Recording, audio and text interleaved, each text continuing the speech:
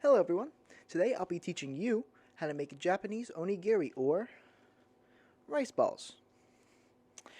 The two I've made for an example here are Japanese onigiri are usually in triangular shapes like this and have a nori or seaweed covering on them. And here we have more wrapped variety of it. Alright, now for our ingredients. Average onigiri, there's not many ingredients at all. The only two are Japanese white rice or sushi rice. This is the jasmine variety. You can find it at any local supermarket. I found it at Dave's. Very simple, just in the pasta aisle. And you can also use nori for the wraps. Again, you'll find this right next to the white rice. Very simple, very cheap. Not hard to buy at all. Japanese rice balls on their own are kind of boring, so I'm also going to show you how to make an amazing filling. It's from a Korean stir-fry recipe that's used for rice bowls, but if you put it inside the rice ball, it's a handheld rice bowl. It's kind of great. So for the first ingredient for that, just any kind of ground beef. I'm probably not going to be using all this either, more like half, but it's a good base. Next we have, of course, soy sauce. Also have any greens. Today I'll be using cilantro. You can use chives, that's my personal favorite, or any other kind of small green like that. Now for actually cooking the filling we have here. So I already put the ground beef inside the pan, and just to give it a bit more leanness, I'm going to throw in some butter alongside. Not too much, but just a little bit. Here we go. Right on top. Makes it a bit more fatty because I got a little bit more lean, less lean meat. This will give it bigger flavor. I always loved the fat in steak and in red meat like that. Not too much, of course. It's bad for you if you eat too much, but you know, in small amounts is really nice. I'm gonna add the soy sauce and just a little bit of sesame oil. Don't want to add too much, as you don't want them powering over each other, especially the sesame oil. Only 1, 2. That's it. All you need. I have added too much in the past, and it has not gone over well. I've had to trash entire dishes because of it. And now for the red pepper flakes. This gives a nice little spicing kick. You can also use like hot sauce or red chili paste. Anything that's gives food like a nice little kick. It's up to you what you really want to add. Although I love red pepper flakes on pizza, on rice ball filling. It's all really good. One of the most important steps to add the garlic and the lime. So for the garlic, you just need to get 1 clove of it, and you need to have 1 little crusher for it as well. Sorry, kind of hard to do one-handed, but as long as you get the job done. Once you have the garlic on there, you can kind of stir it around.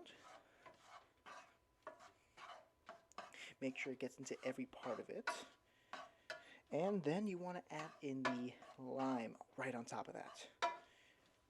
Lime, again, gives it a very nice citric-y flavor. Really takes away from the others as well. I have a small little wooden juicer here. I can use for lemons, all that kind of stuff. That's not the most efficient, but I make it work.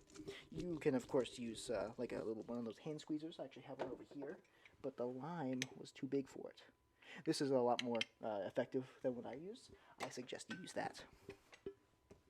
Now for the most fun of it all, making the rice balls.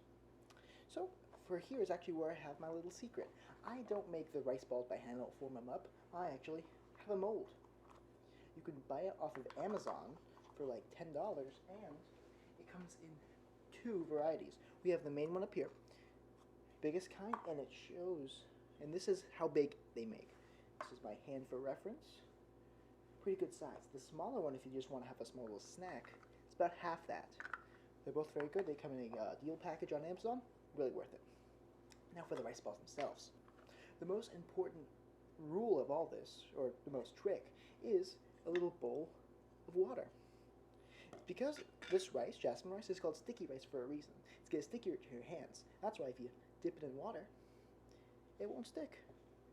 Very malleable, very worth it, although you got to keep on reapplying the water, otherwise it'll start sticking again. You want to pack it up tightly inside the mold over here, but you want to leave a little bit of room in the middle for the filling, which I placed on a plate with paper towels to kind of drag all of the oil and grease out.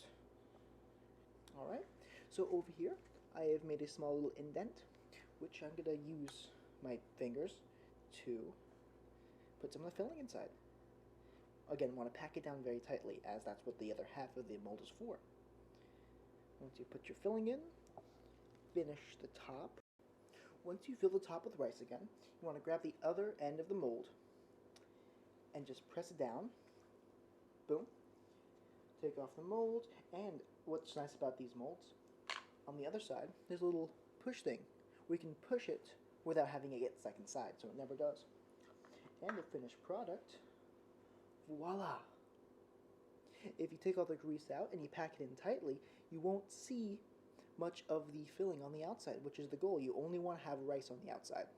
So, when you bite into it, the filling inside shows.